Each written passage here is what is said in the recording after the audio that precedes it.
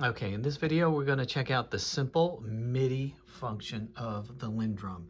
If you are looking at this video, you probably know that the Linn drum was not made MIDI back in the early 80s when it was first introduced.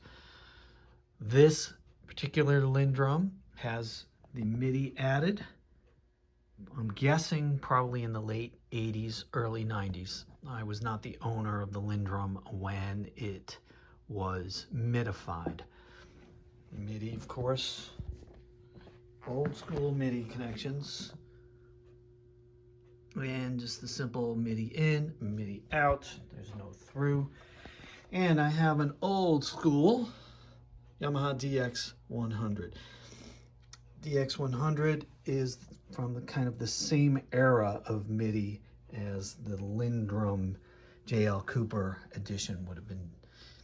Roughly late 80s. I would say this is roughly late 80s. Again, this is not USB MIDI. This is original old school MIDI. I don't know if it would work with USB MIDI, and certainly I have no idea about MIDI 2.0 if it would work. So that being said, old school MIDI connection to the Linn drum, fully functional. Let's start right with the kick drum. So as I hit the kick drum on the DX100, we hear it. Snare drum. All right, all the sounds. So let's go up the keyboard. Every single sound. Percussion. All right, and then it ends. That's because there's not that many sounds. I think it's roughly 25. Don't quote me on that.